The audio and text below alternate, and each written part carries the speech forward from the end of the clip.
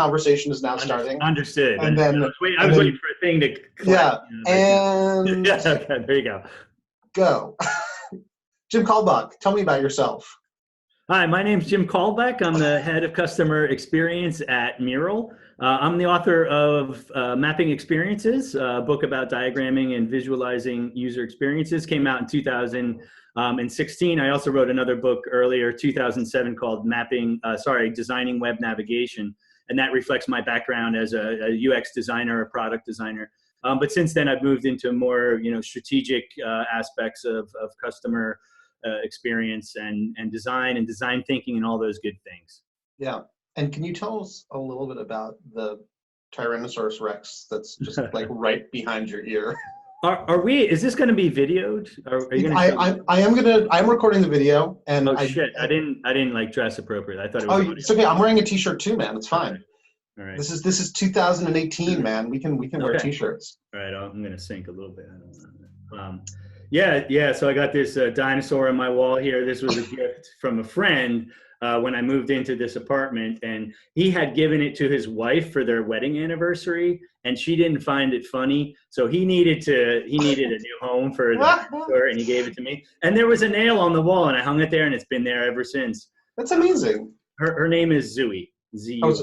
That's really cute. So I actually have a sailfish, a giant full-size sailfish that my friend Miles got before he moved in with his now wife. And it has sort of moved from single man to single man whenever that man has a woman who comes into his life who says, gotcha, because you can't have that in a married household. Yeah. It's a giant sailfish. I feel like that's, a little bit, yeah. This is my man cave. This is my office, my man cave. So there it is. Right. It's got to stay. Yeah.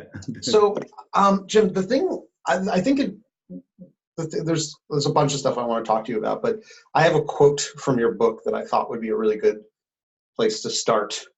You say, and this is pretty early on in your book, that diagrams are compelling artifacts that draw interest and attention from others in the organization, and they are a means to engage others in discourse. And I'm like a big fan of ways to engage others in discourse. Why are diagrams such a powerful way of engaging others in discourse? Well, here's the thing. Let's just back up one small step to lead up to my answer to that question, and that is that I consider myself lucky, because in most of the organizations, and all of the organizations that I've ever worked in, I get to talk to customers. I go out and talk to users. I actually see them using our products. I visited them in their office. And there's a lot of rich detail there. There's a lot of things that people in a room back in the office don't ever see. And it's my responsibility to bring that outside world back in. Right. Yeah. And there's different ways you can do that. You can write a big report, right? But what happens when you send a 20-page report as an email attachment and say, hey guys, read this? Yeah, nobody reads it. Nobody reads it. Even if you might not even get past the subject line before they delete it, right? If they do read it, they're not making a connection between what happens on page 1 and page 20. Of that document as well too. So a diagram for me, it's one way. It's just one way. There are other things that we do, by the way, as designers to model the outside world, right? We go out, we observe the outside world, and we create models of it so that we can tell stories internally. A diagram of the experience is one thing that we do. A persona I would put into that category as well too. A persona is a highly reduced archetype of what we observe from the people that we've actually talked to. But then it becomes a springboard. It becomes a springboard into empathy. It becomes springboard into understanding, a springboard into solutioning. That 20-page report isn't going to do that same thing. And I've had diagrams where people walk over to them and say, tell me more about that. Which doesn't happen about a report. That doesn't happen with reports, right? So it's about telling the story of the outside world to people internally. And for me, a diagram is compact. It's comprehensive as well too, because you can tell a lot more actually than you can in that 20-page report. If you make a map of the experience, you can tell more. So it's more comprehensive, it's compelling, it's compact. And all of those things just make it a great artifact for us to use in our organizations to storytell, to gain empathy, and to tell that outside story internally. Yeah. So the book Mapping Experiences, is the audience for that designers, or is it also other people who could talk to customers and might want to talk to people about what they learned? Yeah, and it's a great question. My publisher is O'Reilly, and if you put an animal on a book from O'Reilly, people think it's about software or Right. software design. My book is not about software design. No. It's about understanding human experience. You can use that in design contexts, Yes. obviously, when you're modeling software or product, the navigation or the structure of it. You want to model that around the needs of the customer, and a diagram is a great way, again, to kind of bring all that together. But I've had people, since I wrote the book, in learning and education design. I've had people in marketing and branding come up to me and say how that's helped them as well. Customer experience, or even working with the ex-violent extremists that I talked about as well too. Yeah. There's an experience. It's not even in the commercial realm, right? It's in the the social realm as well too. So my book is fundamentally about understanding human experiences and encapsulating that in a visual model so that you can convey that to other people and have an intelligent, focused, directed conversation around that experience. So one of the things that I think I've seen happen with research is that I don't know if you're a fan of the hero's journey, the sort of the archetype that Star Wars was built on. Right. And one of the things that happens in the hero's journey is that you go into this abyss, you make this discovery, you start to put all the pieces together, and then you bring it back to people, and there's a rejection of the gift. Yes. And this, I think, can happen a lot with research and innovation, where somebody's like, oh my God, here's the problem, this is what's going on. And people go like, I don't get it, or like, wait, why is that important? Yes. And it seems like that could still happen with absolutely an experience diagram. Absolutely. So let's talk about that. How do you prevent that? Well, in a couple of ways. One is that, and I detail the middle of the book is this process for doing diagramming in this very generic sense of the word. How to do that, and I just broke it up into 4 phases. They're fairly arbitrary, just for me to talk about 4 different modes of thinking that you go through. And what I try to stress is to involve other people, to involve members of your target audience throughout those phases. So even when you're just initiating the project and you're trying to figure out whose experience are we going to map, which experiences are we going to map, have that conversation up front so that you're aligned with them.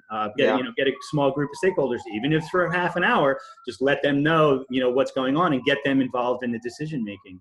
While you're investigating, you're out talking to customers. That's a great opportunity to bring people out in the field with you. And I've had the situations, doing these types of projects where it's the first time that my stakeholder was ever in the office or ever in the workplace of, our customers. So that's a great opportunity. And then, a workshop tends to be kind of the centerpiece of the mapping exercise. And I talk about, it's not about the diagram, it's about the process around the diagram and involving other people in it. So one thing that I don't do is I don't come in with a highly polished, completely finished diagram and say, here's the answer. I'll leave a row blank or parts of it blank and say, I need your help to complete this. Yes. Here's what I've done so far. You guys have been involved. I need your help to complete this diagram before you get into the solution side of things. So the empathy part of it, the empathy effect that a diagram can have, I leave it a little bit open. So they're involved in creating it as well too. So this is really interesting. And I want to unpack this because I think as a facilitator, as a design facilitator, you're being really, really intentional about how you construct the conversation before, during, and after around this construction of this shared artifact. That's right. And you mentioned this in the presentation you did about the Waging Peace Project, about how you didn't complete the map and sort of left some of it to be completed with the team that was doing the research. I guess my question is, what are the extremes of that experience? Like, what's the most incomplete you can leave it, and what are the dangers of making it too complete? Right, and I think I talked about that second condition where you come in with this highly polished artifact that's complete, and you present it as the answer, and then people fold their arms and lean back. You don't want it to be a lean back document. You want it to be a lean forward document. On the other end of the scale, though, I always find it dangerous to go in with a complete whiteboard blank slate and say, we're going to make the map together, because then you get into rat hole conversations around when is a phase a phase? When does the structure of the map become the structure of the map? And that's not what you're talking about. You need to be talking about the substance of the diagram. So on the low end, at a minimum, what I would always do is propose a structure that you can work within based on some initial investigation. The frame of a diagram, for instance, what are the things that you're going to map and what are the phases of interaction, for instance. Almost always propose that, because you don't want to have the conversation around that. But I also leave that open to say, hey, if you guys want to put another phase in or change this information, we can merge or combine. I leave it open. But most of the time when I do that, when I just present a structure, that people say, okay, this is fine, we can work within it. And the answer is, because when you really think about it, it's arbitrary anyway.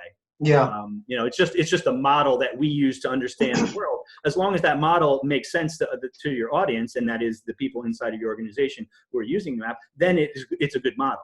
Do you have a sort of works 80-20% of the time of a sort of how you described experience phases? Yes, I do. Well, when we talk about experiences, we tend to think about a chronological unfolding of events, right? So you say time is an important aspect of experiences. There are ways to talk about experiences that are not time-based, hierarchically, or even spatially. Your experience in an airport, you could draw a spatial diagram, which doesn't have any time. But 80-90% of the things that we're talking about when we talk about an experience map have some kind of chronology. Because when we think about experiences, we're thinking about, over time.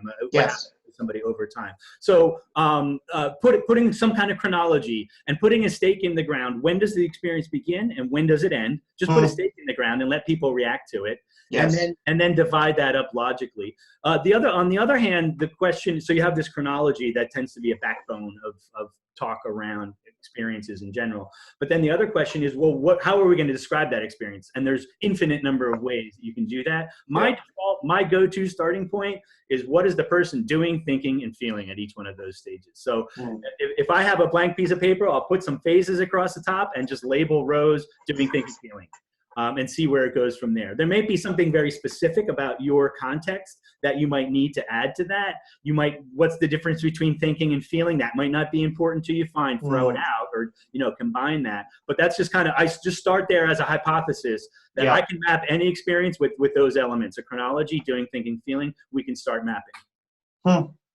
And the phases of that chronology, like I'll admit it, I'm a big fan of the 5 E's of experience design. Like I feel like entice, enter, engage, exit, and extend, like kind of apply to almost any experience. Probably, yeah. But how do you choose oh, sorry, go ahead.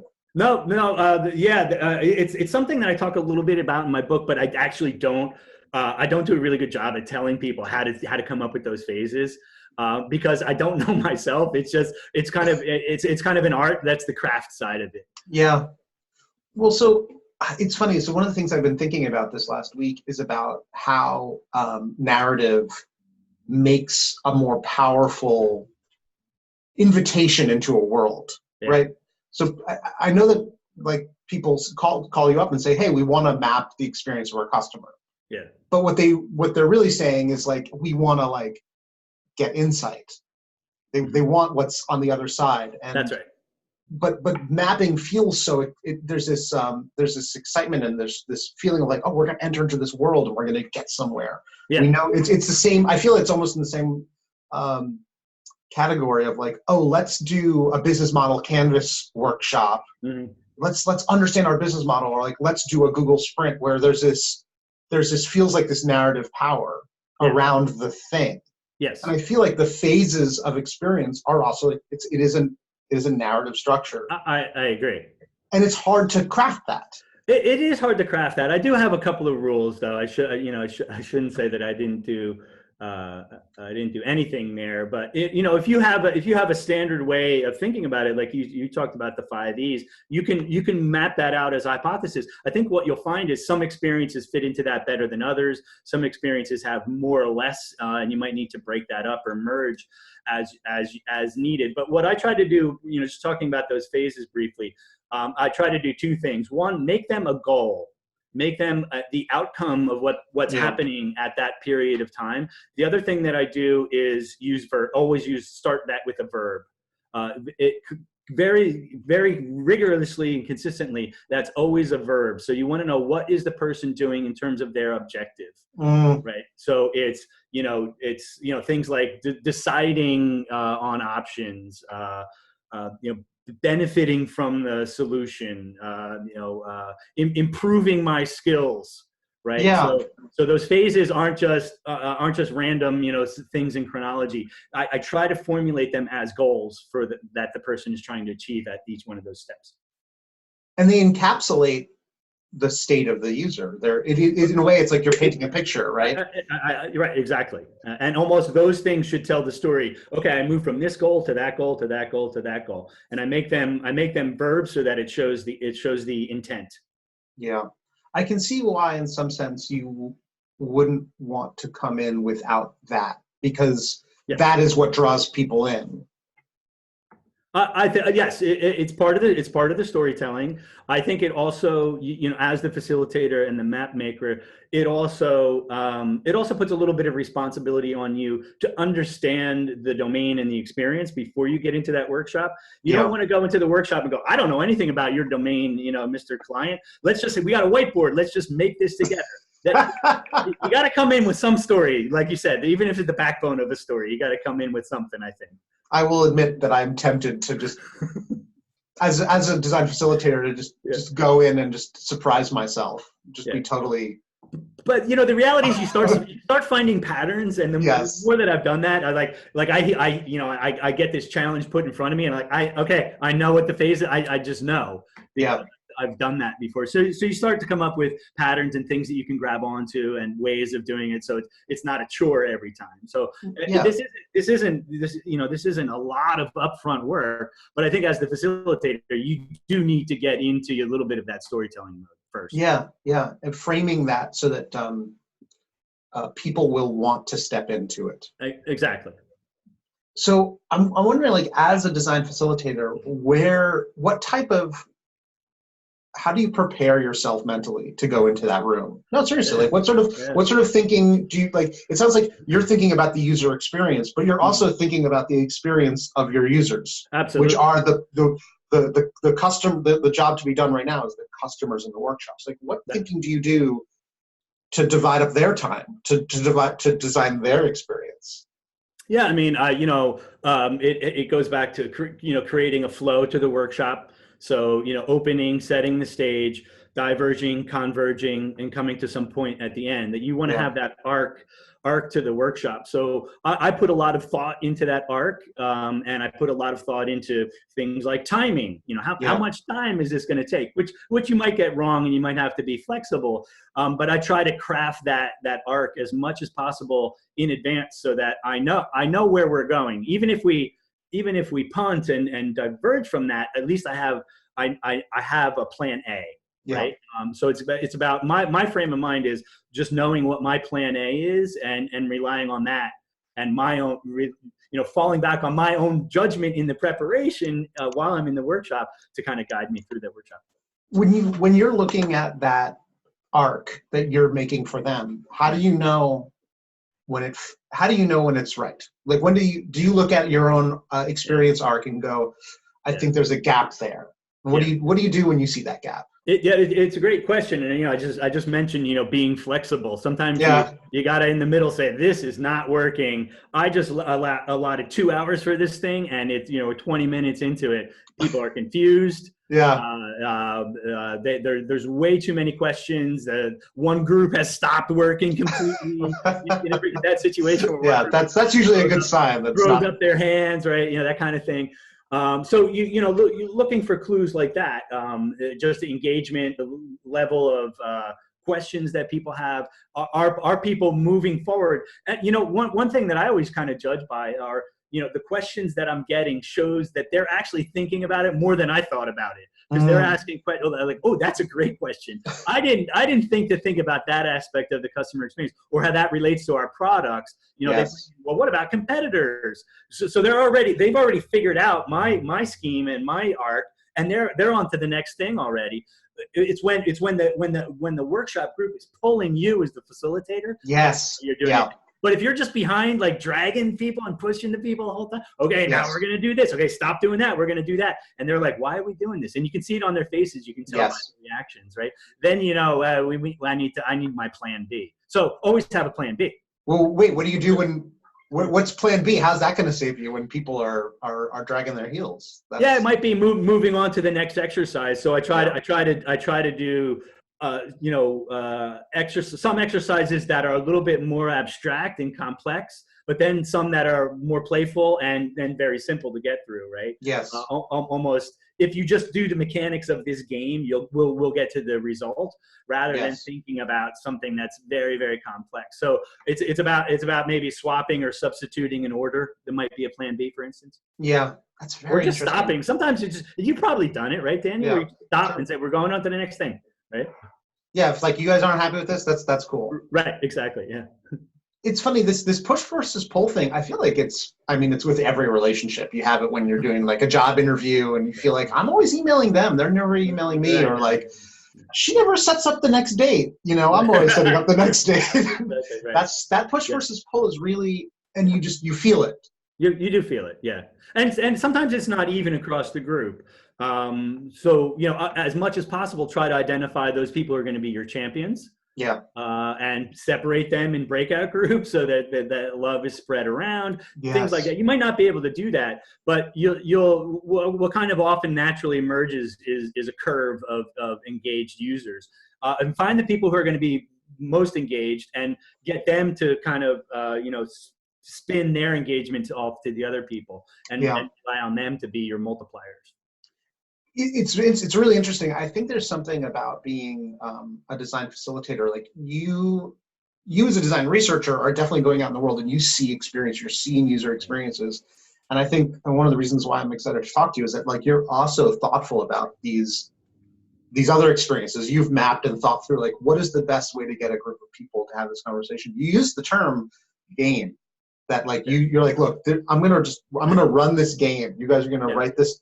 I'm guessing there's like a template where you're like, here, write these 4 things down, or exactly. Right, talk me through like what are some games that you play with teams that you think help them get to that next? How do you bridge that thinking together process in a successful way? I mean, just to refer to like, Dave Gray's book, Game Storming, I think there's a wealth of kind of innovation games out there, design thinking activities that are purposefully designed to do what I think you're hinting at. And that is to give you a set of mechanics to get a group of people through or get them towards some outcome, but you're not necessarily just saying, hey, we want this outcome, let's go for it. The game is the means by which it engages people, first of all, but it also gets you to your outcome, and people don't know that they're getting to the outcome almost until the end, which is fine. You know what I mean?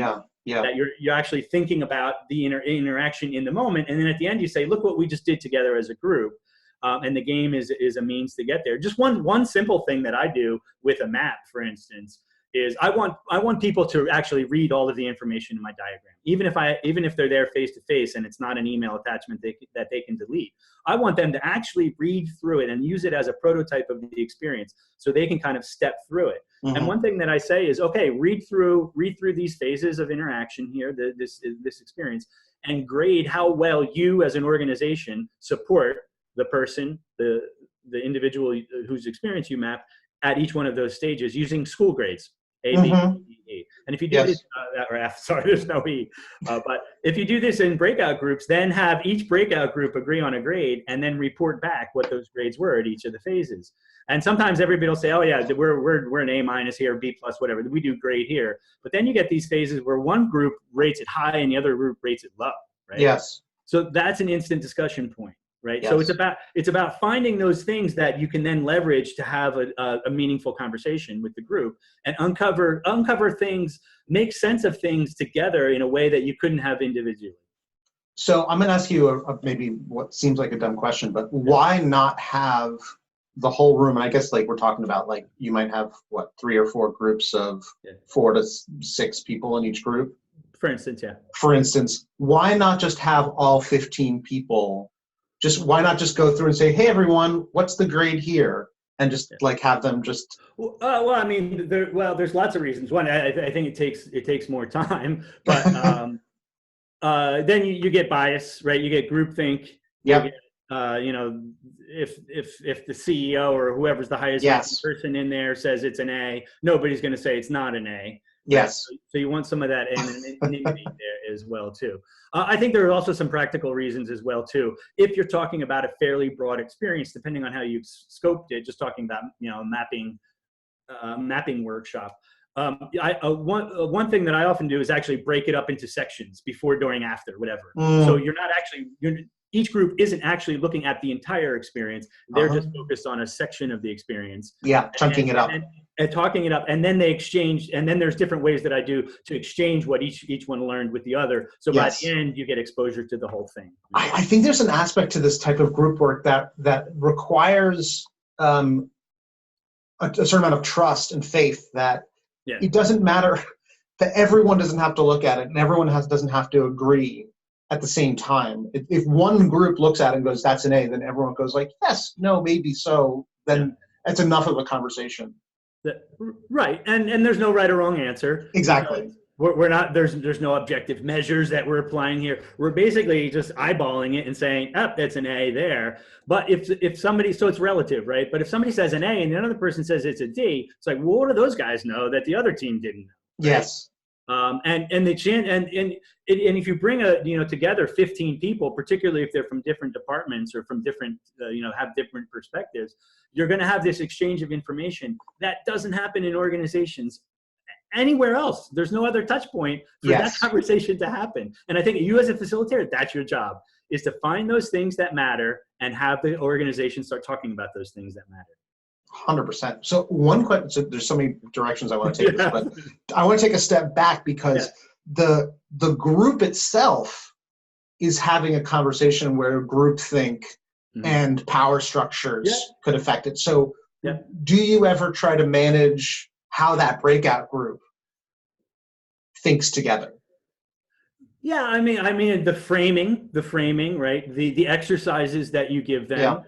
Even the timing, how fast I push, you only got 1 more minute, quick, get your thoughts out. That's going to get them to kind of frame their responses as well too. So, but I think that's the job of the facilitator is to craft that in advance, but also then listen to that push and pull during the workshop as well too. And you're balancing that. That's the craft of being a facilitator that you can't just read a book about, that you got to understand real-time reactions to your content, to each other, and then to the flow of that session as well too. Yeah. Well, so that goes to this idea. There's another quote from your book that I wanted to read, because I love it. It says, empathy for others comes with the recognition that their perspective is valid, even if it's different from your own. And this is like, it seems obvious, but it's also kind of revolutionary, because you said it before. You're like, well, there's no right or wrong answer. There's no objective grade. But I think that's a designerly perspective, because inside of corporate America, they do want to have an objective measure. And there's a lot of concern about, like, well, are we getting to the exact, have we mapped the experience exactly? And maybe that team did it wrong. And how do you get people to sort of let go a little bit, step back and be comfortable with trusting, and maybe it's not 100%, but maybe it's whatever it is? It's a good question. And, in reality, you don't catch everybody. There's always going to be that, hard-boiled person, manager, who's just going to say, I can't get this is way too fuzzy, Jim. What are you doing here? There's no center of gravity, but so I agree with you. I think it is a designerly perspective, because we tend to wrap our arms around, human emotion and fuzziness and, imprecision, and that kind of thing, which in reality, when you talk about experience, I mean, if we're talking about experiences, like how are you going to objectively boil down human experience to something that a business can say yes or no? It's not black or white. You know what I mean? No. It's about shades of gray, and it's about getting people to say, okay, we have shades of gray, and that's okay. So for me, obviously, as a designer or design background, shades of gray are not only okay, we should embrace that, I think for me, though, the big thing is how does the organization approach that? And what is their sense making around all those shades of gray inherent in human experience? And I think the only way you can do that is with conversation. Data is not going to get those shades of gray. Hard facts aren't going to get those shades of gray and things like that. So it's really about the conversation is the answer. Okay, you're going to have to say more because obviously I'm highly sensitized to the word conversation now. Like, what do you mean when you say the conversation is the only way to get there? Yeah. Well, I mean, it's a moment. If we're talking about a session, a real-time session where you're bringing people together, right? There is that conversation that's going on there too. But that often brings in things of the past and continues on afterwards as well too. So I always just see that as a point in time. The map is a springboard into a guided conversation, but you really want that conversation to continue on afterwards as well. Yes. And all too often, I think in a lot of design sprints, design thinking stuff, what do? You wipe the whiteboard clean and take all the sticky notes down, and all of that. It's almost like a ceremonial ending of the conversation, kind of thing. And I think we need to be better. Me, you, everybody, and this type of thing. We need to be better about how do we keep that momentum going afterwards, right? And it sounds like you believe, and I think I would agree that the map that we create becomes a durable artifact of the conversation to keep it going. Hopefully, and did I overstep? Okay, that's well. I think that's the compellingness of it too, and the compactness of it too, is that you can then hang that around or send that around. And I've seen my diagrams on people's walls afterwards, and it becomes a kind of a stake in the ground in their memory of that conversation. Right, so you don't necessarily have to use that as a specific reference document to diagnose the problem in the future, but you can say, oh, that colorful thing over there, I remember that conversation we had as a team a year later. We even have, and I still have the card here, we did a mapping exercise and we laminated the map and sent it around to everybody in the office in their inbox. They had like an inbox where people get like flyers that build up because nobody knows they have internal mail. So we actually put something valuable in there. And I used to see that card that, on people's desks like 2 years later, right? Which is really cool. Yeah.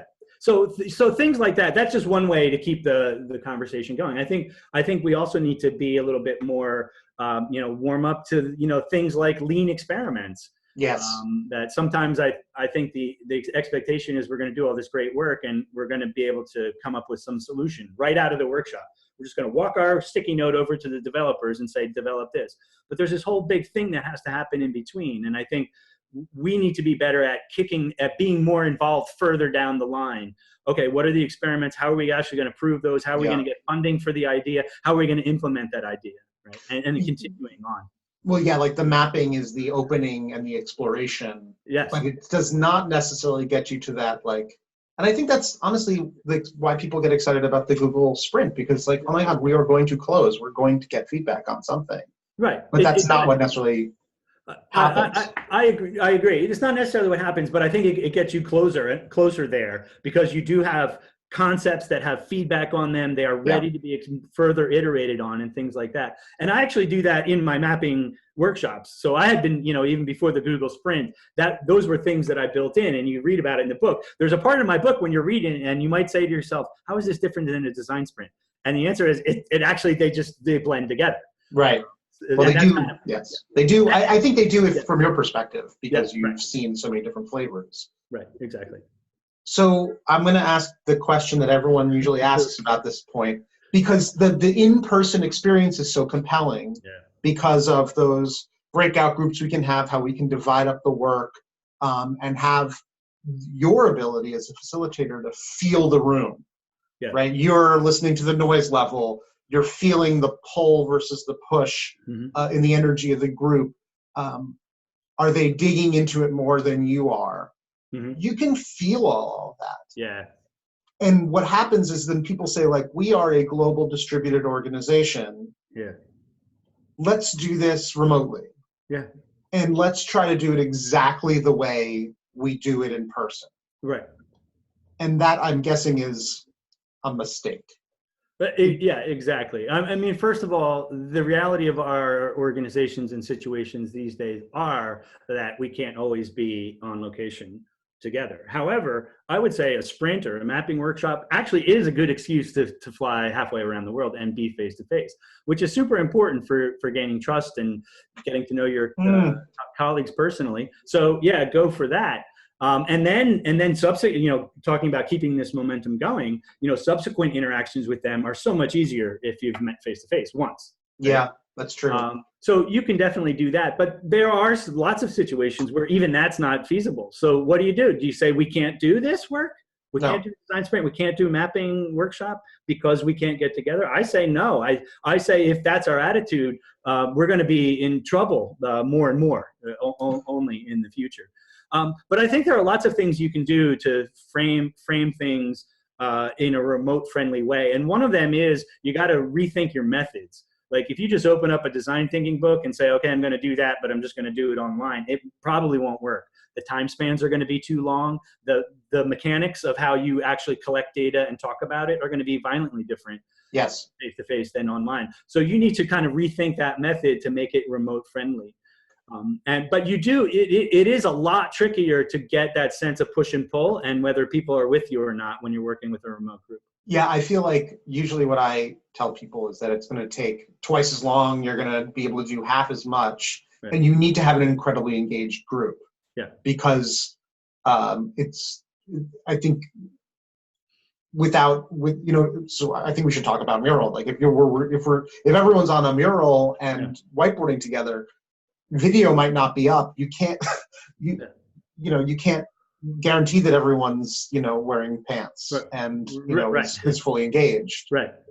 They have to want to be there.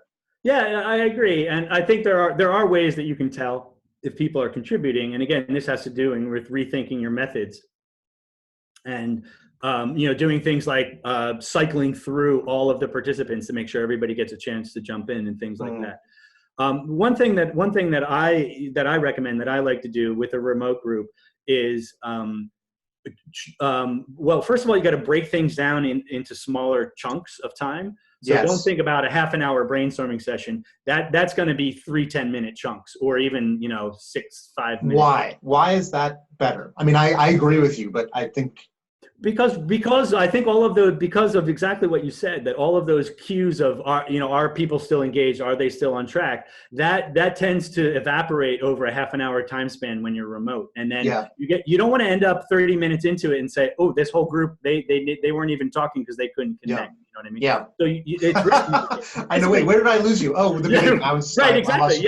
Yeah. We've been sitting here for 29 minutes not doing anything. Right. Yeah. So it's a little bit about risk mitigation. First of all, hey, are we all together? Come back 5 minutes later. We all together. Okay, go back. Okay, 5 minutes later, we all together. Okay, go back. That type of thing. But I think you can also engage people in lots of different ways. So you mentioned webcams, Mural. You can also launch surveys. You can have a chat going as well too. And when you craft these remote workshops, you need to think about how you weave these tools together so that there's never a dull moment, so that the people actually are multitasking. Yes. When people are in front of their computer, they're going to be checking their email and stuff like that. Yes. Use that multitasking mindset to multitask for your workshop and say, okay, we got the webcams here and you can hear me talking, but while I'm doing that, you're going to be doing something else. You're actually multitasking and you keep them engaged. And I've had 4-hour-long remote workshops where people said time flew by. That's amazing. And it seems like it's because you are mapping out that experience as diligently as you do an in-person experience. More so. I would say more so.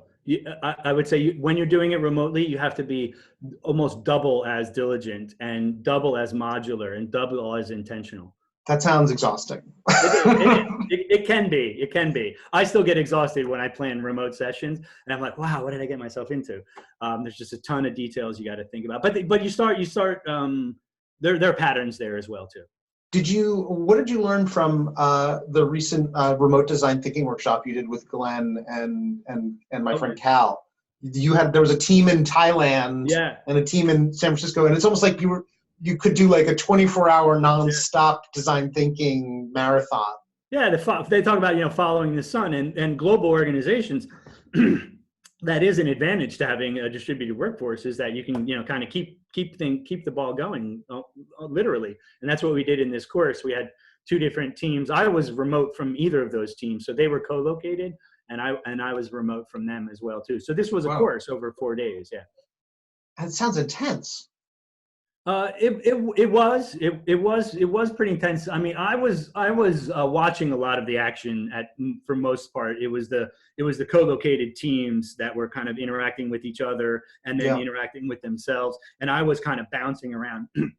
And so for me, it wasn't as exhausting as facilitating a completely remote session, for instance, or even an in-person session for that matter. You were like a remote coach, sort of like I was like a remote coach, moving things forward. Yeah, and I would come in with some words of wisdom or help a breakout group or something like that. Yeah. That seems like a really interesting and valuable role for that kind of a process. Yeah, I think so. In fact, we're going to do this again, and what I want to do is actually simulate some different conditions. We've identified 3 kind of fundamental different situations that you can be in with a remote workshop. And the one is where you have 2 co-located teams, but they're separate from each other. Mm-hmm. We call that a split interaction. And then there's the hybrid situation where you have a group of people who are co-located and then folks dialed in. That is harder. And then you have the completely remote situation. Our research actually shows that 60 or 70% of people working in commercial organizations are actually faced with that hybrid situation or that mixed situation. Yeah. The problem there is in inequality of interaction. The people who are face-to-face can talk faster and they can break things down and they can have interactions that aren't digital. So what you end up having is a here and a there type of situation. We're here, we're having a conversation. You're there, you're listening to us have a conversation. And there's nothing as bad as being on the other end of that, the person who's remote, just listening to people decide for you. Yeah, it's like it's FOMO in the worst way. It's like there's people, everyone's hanging out without me. Right. So, I mean, the recommendation I always make is just like, pretend everyone's totally remote. That's right. That's what I said.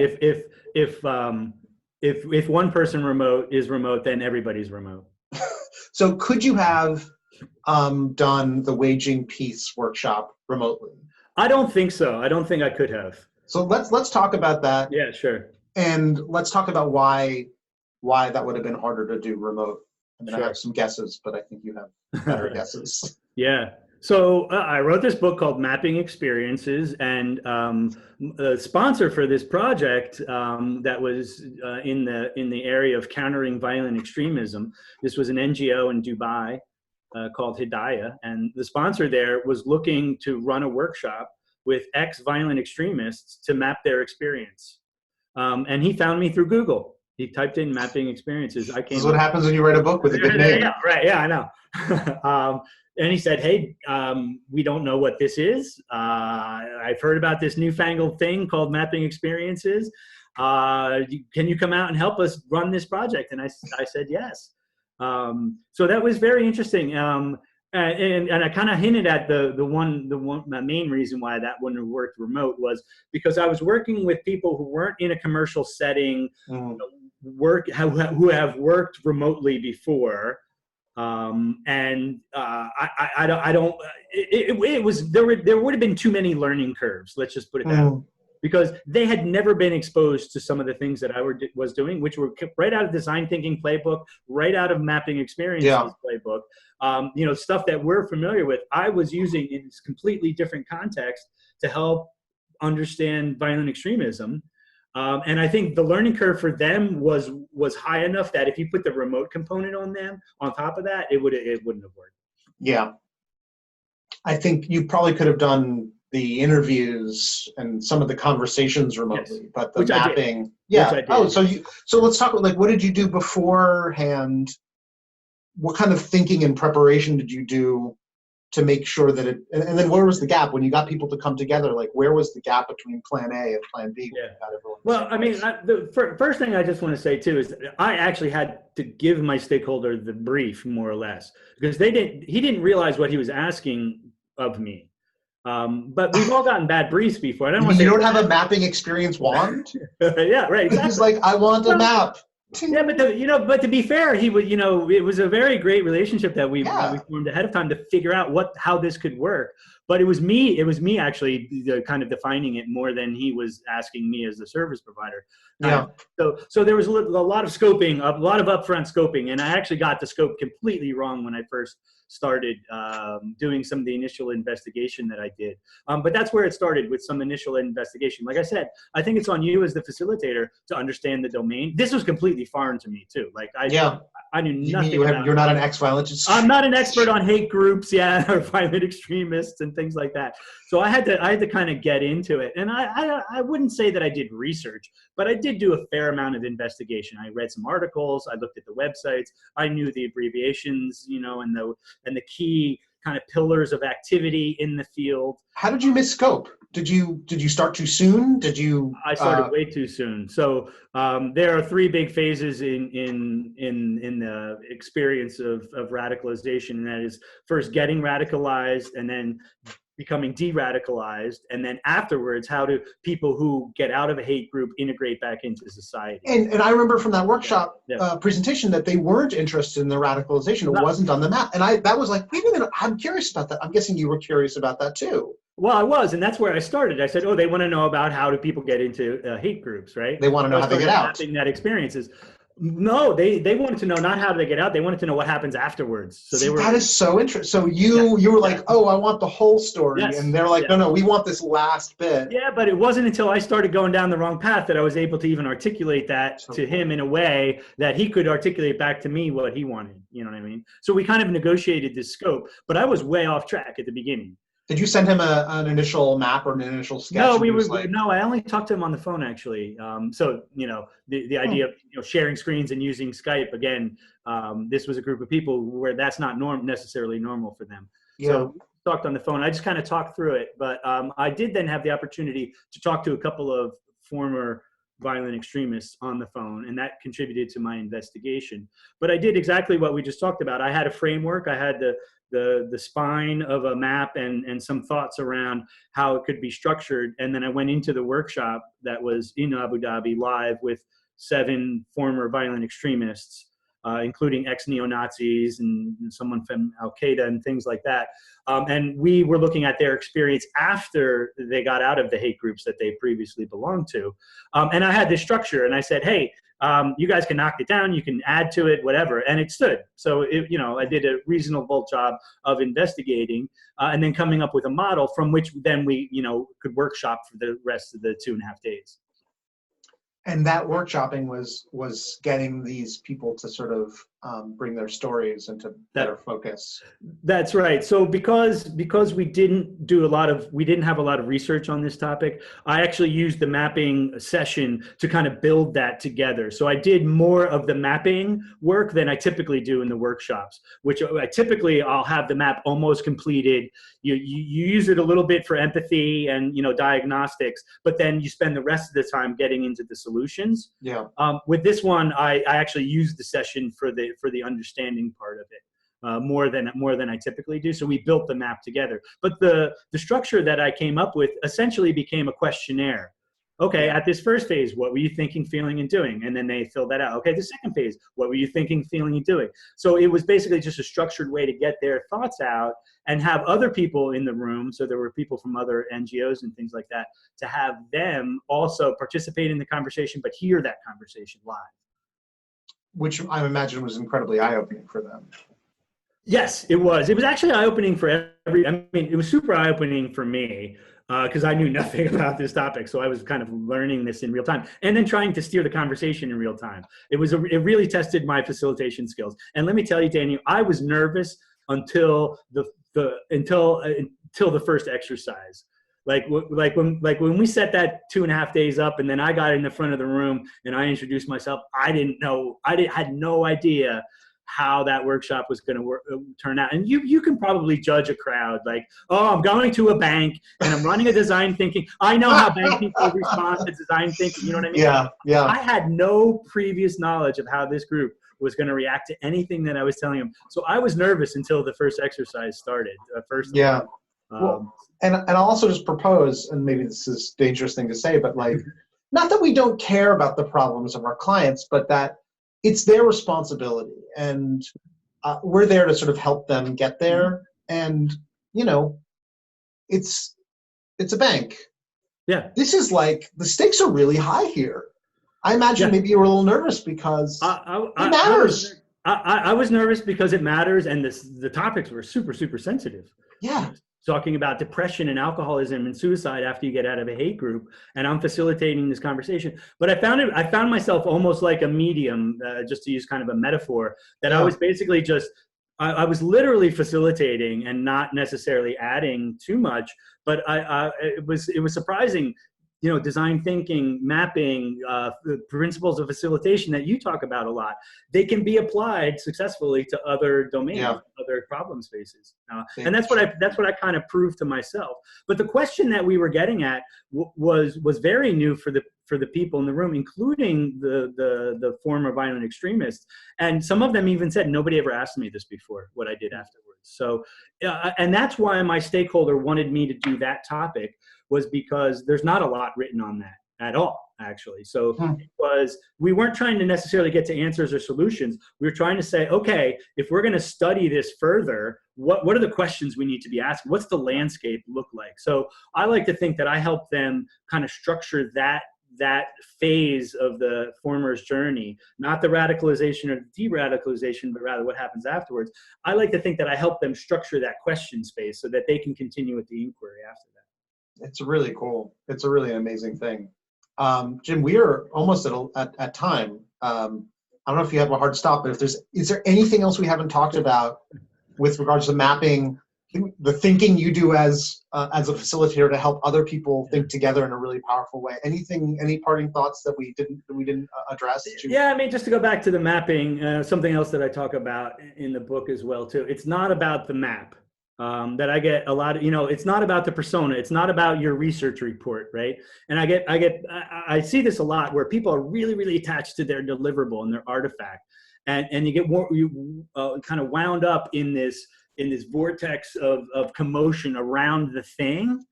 And it's not the thing, it's the conversation that thing can generate, and it's a catalyst for a conversation. And then it's about the momentum after that conversation as well too.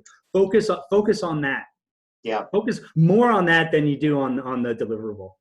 And I think there is that, but yes, and the guy called you because he wanted a map. Like people want the thing. It's important, and the compellingness of it is important, and the structure of it is important, and how it, all of these things that we talked about. I'm not saying that's not trivial, but that's just like first base.